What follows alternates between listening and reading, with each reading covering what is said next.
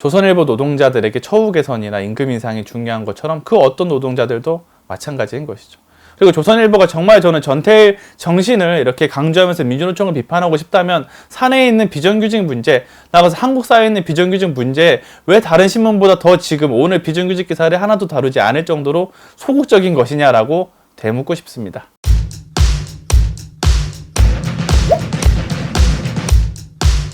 오늘 전태일 열사가 분신을 하고 돌아가신 지 50주기가 되는 날입니다. 오늘 아침 신문은 전태일 열사를 조명하고 오늘날 제2, 제3의 전태일들을 찾아보는 그런 좋은 기사들이 많았는데요. 이 와중에 기업하기 좋은 나라를 만들어야 한다면서 선을 넘은 신문도 있습니다. 전태일 정신을 언급하면서도 정작 비정규직에 대한 보도는 한 건도 하지 않은 언론사도 있습니다. 과연 어느 언론사가 이렇게 보도를 했을까요? 오늘 아침 신문을 한번 살펴보도록 하겠습니다. 저희가 아침 신문을 볼 수 있는 프로그램을 통해서 이렇게 내용을 좀 전해드리면 신문이 어떻게 배치하고 편집했는지를 볼 수 있다는 장점이 있거든요. 특히 오늘 같은 날에는 여러 신문사에서 좀 의미 있는 편집을 했습니다. 먼저 경향신문인데요. 주 6일 12시간 최저임금 노동 절망할 틈도 없다라고 하면서 GM 해고 노동자 그 후 시리즈를 일면 톱 기사에 다뤘습니다. 그러면서 경향신문의 이면을 보면요. 나는 아빠처럼 살고 싶지 않아요. 가슴이 무너져 내렸다라고 하면서 GM 노동자들 김수현 씨, 한지석 씨, 최우현 씨, 정상민 씨 등 이 이름 없는 노동자들의 삶을 조명을 하면서 이제 인포그래픽을 넣어서 컨베이어 벨트에서 이들이 어떻게 일을 하고 있는지 또 이들의 삶이 어떤지를 조명하는 기사를 2면과 3면에 이렇게 편집을 했습니다. 종이신문으로 펼치면 이 컨베이어 벨트 공장이 이제 하나의 만화처럼 들어오게 만드는 의미 있는 구성이었고요.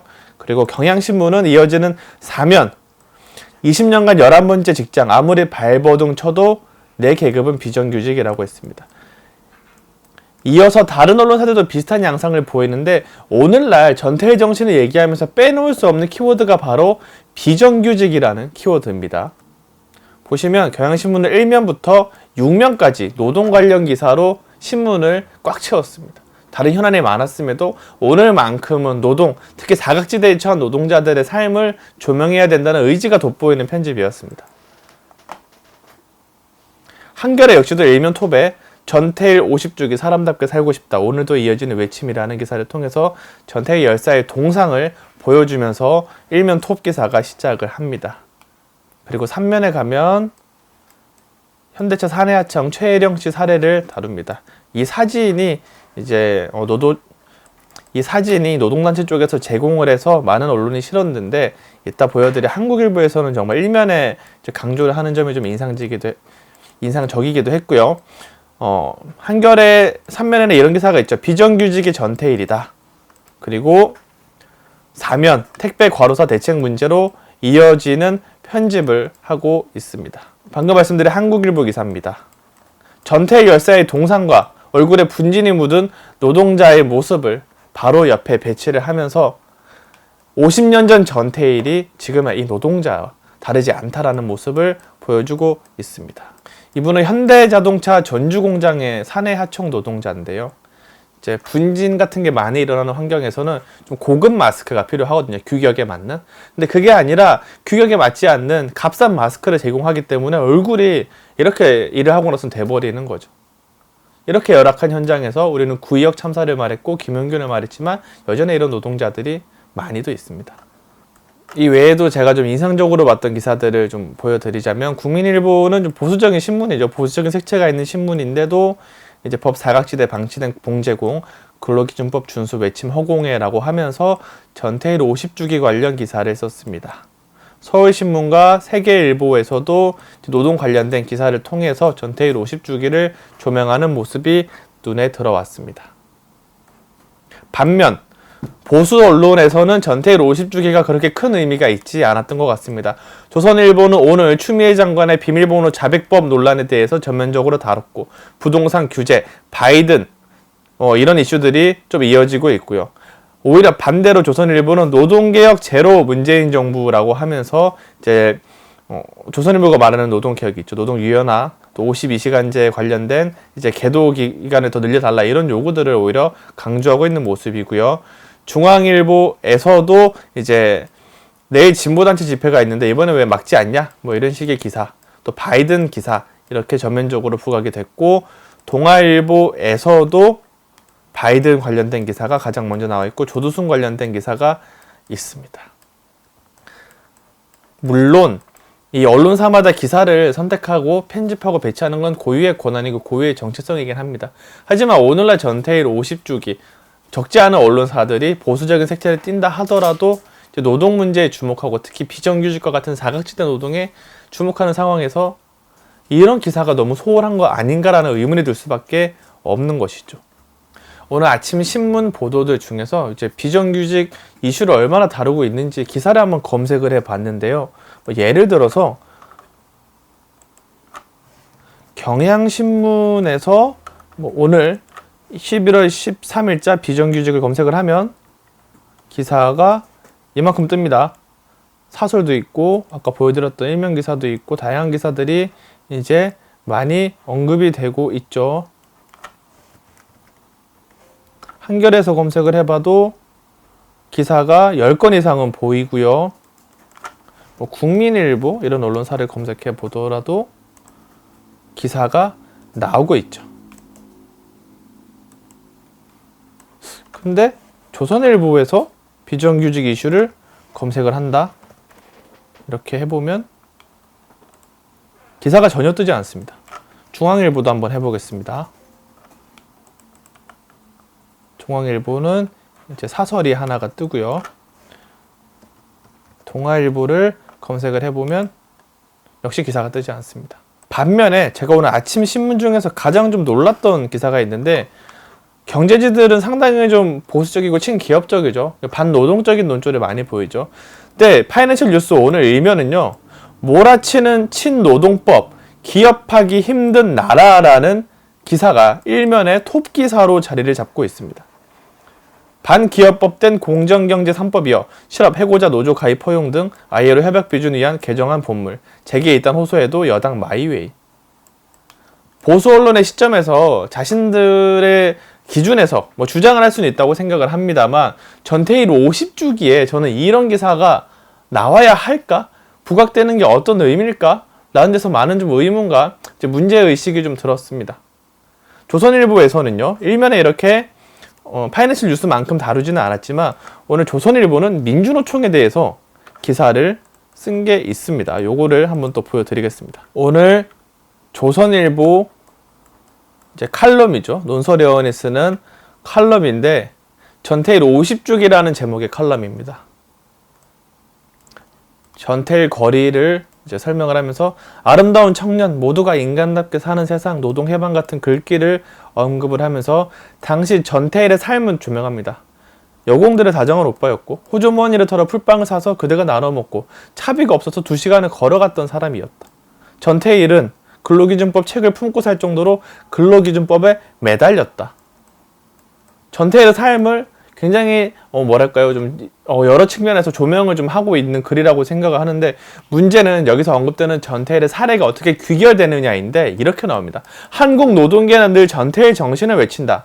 그러나 장전 이사장은 민노총에는 전태일 정신, 전태일 사상이 없다고 한다.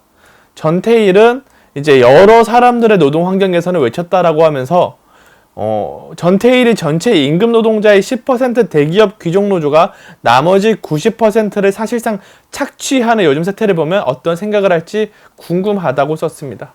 그러니까 전태일 열사의 정신과 지금 민주노총으로 대표되는 이제 귀족노조는 굉장히 상반된 길을 걷고 있다. 한마디로 민주노총이 전태일 정신을 입에 담을 자격이 있는가라는 의문을 제기하는 칼럼이라고 볼 수가 있습니다. 저는 이 칼럼에 오히려 의문을 제기하고 싶은데요. 지금부터는 조선일보가 이렇게 민주노총을 비판하면서 했던 이 전태일 정신 혹은 강조했던 이 포인트가 과연 적절한지를 좀 따져보도록 하겠습니다. 정말 많은 기사와 이슈와 쟁점이 있는데 그중에 몇 가지만 골라서 설명을 드리겠습니다. 최저임금 이슈부터 볼게요. 최저임금 문재인 정부 들어서 인상을 하게 되면서 보수 언론들은 최저임금 인상을 좀 저지하기 위한 거의 총력전에 매달리다시피 했죠. 지금 보시는 이미지는 조선일보, 동아일보 등 보수 언론들이 실제로 썼던 기사들입니다. 최저임금 오른 만큼 가격 인상 부담할 수 있나? 시급 올라도 일자리라면 무슨 소용이냐. 불안한 알바생들. 최저임금을 올리면 알바생들이 잘리고 최저임금 오르면 가격이 인상되고 물가도 오를 거다 이런 식으로 하면서 노동자들의 처우 개선, 지금 최저임금도 제대로 못 받는 그 비정규직 노동자들의 처우 개선을 포인트를 두기보다는 오히려 이 경영적 관점에서 좀 최저임금을 저지하려는 그런 기사들이 너무 많았죠. 민주노총이 물론 뭐 비정규직 혹은 정규직을 대변한다 이런 뭐 비판이 전혀 일리가 없는 건 아니겠습니다만 사실 민주노총에는 비정규직 조합원들이 적지 않거든요. 가면 갈수록 이 조직화가 점점 더 많아지고 있기도 하고요.